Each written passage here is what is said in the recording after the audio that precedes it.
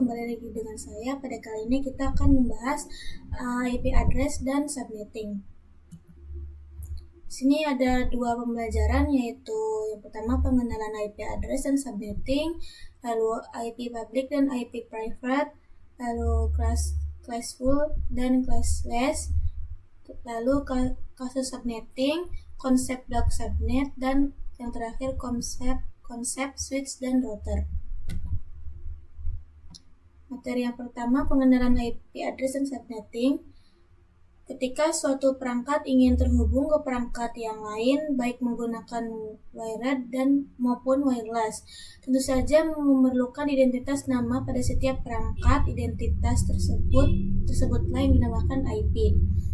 Di sini ada contoh, yaitu IP dibagi menjadi dua versi, yaitu IP versi 4 dan IP versi 6. Untuk IP versi 4 itu terbentuk menjadi 4 oktet yang setiap oktetnya terdiri dari 8 dan jika dijumlahkan menjadi 32 bit.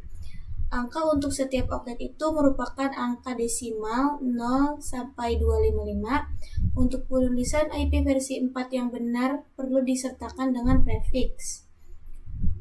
Nih, contohnya IP-nya 192.168.1.1/24.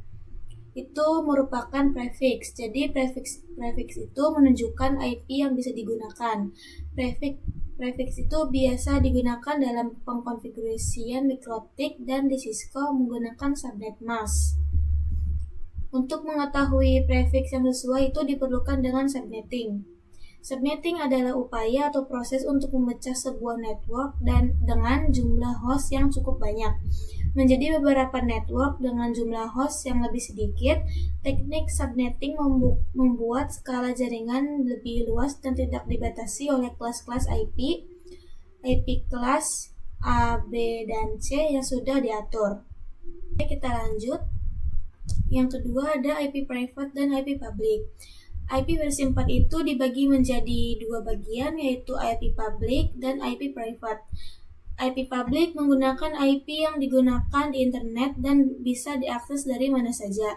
Jadi bisa kalian mengakses facebook.com, youtube.com, dan lain-lain. Maka secara tidak sadar kalian sedang mengakses IP public masing-masing yang dimiliki oleh mereka, asal device connect to internet. Alamat IP private biasa digunakan di dalam jaringan lokal dan tidak dapat diakses langsung dari internet. Nah, untuk IP private ini mempunyai 3 kelas, yaitu untuk kelas A, private address rank-nya 10.0.0.0 sampai 10.255.255. Untuk kelas B 172.16.0.0 sampai 172.31.255.255. Untuk kelas C 192.168.0.0 sampai 192.168.255. Nah, ini adalah bagian penting dari konsep yang dikenal sebagai Network Address Translation atau NAT, yang memungkinkan beberapa perangkat dalam jaringan lokal menggunakan satu alamat IP public tunggal untuk berkomunikasi dengan internet. Oke, kita lanjut. Untuk materi ketiga yaitu classful dan classless. Jadi di sini ada dua gambar, yaitu IP public dan IP private.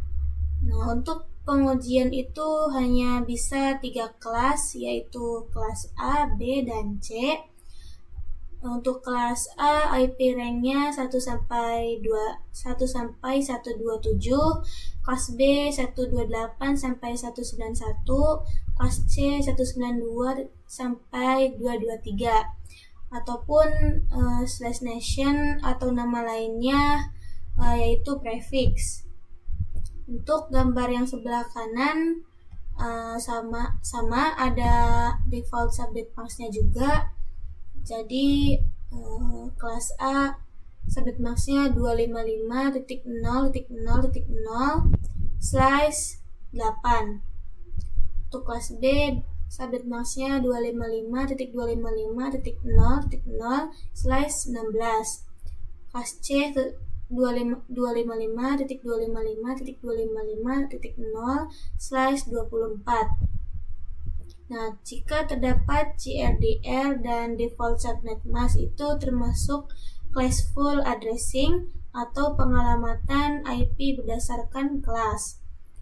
Untuk kelas addressing yaitu pengalamatan IP tidak berdasarkan kelas. Kita lanjut ke kasus subnetting, yaitu untuk melakukan proses subnetting, Anda bisa melakukan beberapa proses seperti ini. Yang pertama ada prefix yang sesuai bisa digunakan untuk menentukan jumlah IP yang bisa digunakan. Yang kedua ada subnet mask. Yang ketiga ada IP network atau tanda alamat pada suatu jaringan LAN. Yang keempat ada IP broadcast, alamat IP yang bisa digunakan untuk melakukan pengiriman informasi ke semua host yang ada pada jaringan LAN. Yang terakhir ada range IP bisa digunakan. Lanjut, masih kasus subnetting. Jika saya memiliki sebuah jaringan LAN yang terdiri dari 12 PC, saya akan menggunakan IP address kelas B 172.1.16.0.0 dan seterusnya. Langkah pertama saya akan menentukan prefix. Kita dapat menggunakan berpangkatan 2. Jadi 2 pangkat berapa agar kita menghasilkan angka mendekati 12 tapi tidak kurang dari 12. Jadi di sini kita memperoleh 2 pangkat 4 yaitu hasilnya 16. Untuk prefix yaitu 32 ini dari bit yaitu bit 32 dikurangi 4 dari pangkatan yang ini. Jadi 32 dikurangi 4 hasilnya /28. Untuk total IP yaitu 172.16.10.x/28. Untuk total IP angka 2 yaitu 32 ini dari bit dikurangi pangkat 28. 28 ini dari hasil prefix, jadi hasilnya adalah 16. Untuk subnet mask yaitu 256 karena jumlah keseluruhan IP address dikurangi 16 dari total IP 16, maka hasilnya 240.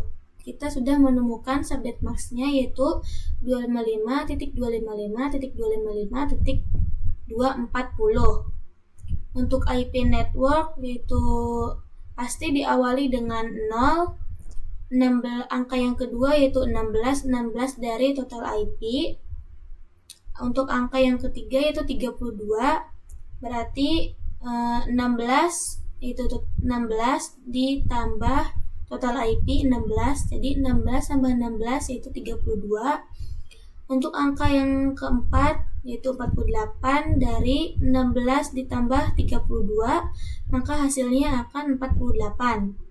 Untuk IP broadcast itu dikurangi 1, jadi 16 dikurangi 1 yaitu 15, 32 dikurangi 1 yaitu 31, 48 dikurangi 1 yaitu 47.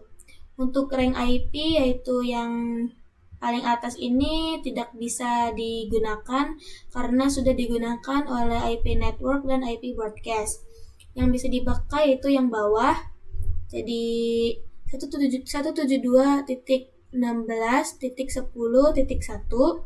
sampai 172.16.10.14. Oke, kita lanjut ke konsep blok subnet. Nah, blok subnet itu diibaratkan seperti sebuah ruangan. Nah, di sini ada contoh IP 10.10.10.0/27. Ini merupakan blok subnet yang pertama. Nah, setiap blok subnet itu mempunyai by default yaitu tidak bisa saling ping berkomunikasi. Oke, di sini kita mempunyai sebuah gedung yaitu untuk lantai 1 memiliki blok subnet yang pertama, lantai 2 memiliki blok subnet yang kedua, lantai 3 memiliki blok subnet yang ketiga.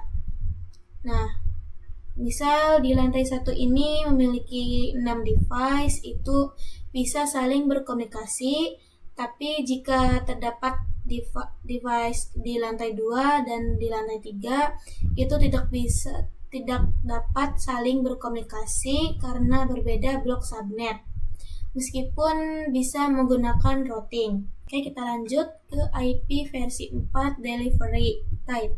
Untuk delivery type itu pengiriman data. Untuk pengiriman data itu dibagi menjadi 3, yaitu yang pertama unicast atau one-to-one communication, atau pengiriman data yang penerimanya hanya satu host saja. Itu penggunaannya itu IP kelas A, B, dan C. Yang kedua ada multicast, yaitu one-to-many communication atau pengiriman data yang penerimanya hanya beberapa host saja yang masih di dalam grup, yaitu penggunanya IP kelas D. Yang ketiga ada broadcast, yaitu one-to-all communication atau pengiriman dari satu host ke host dengan jaringan yang sama. Oke, kita lanjut ke materi terakhir, yaitu konsep router dan switch. Switch itu menghubungkan perangkat yang satu network, router itu menghubungkan perangkat yang berbeda network. Seperti gambar di bawah ini, terdapat 2 device dengan satu network yang dimana dapat langsung terhubung baik wired maupun wireless. Pada gambar yang kedua, pada sisi kiri terdapat 2 perangkat dengan IP address, yaitu 192.168.0.1 dan 192.168.0.2. Pada sisi kanan IP-nya sama tapi beda, yaitu 192.168.1.1 dan 192.168.1.2.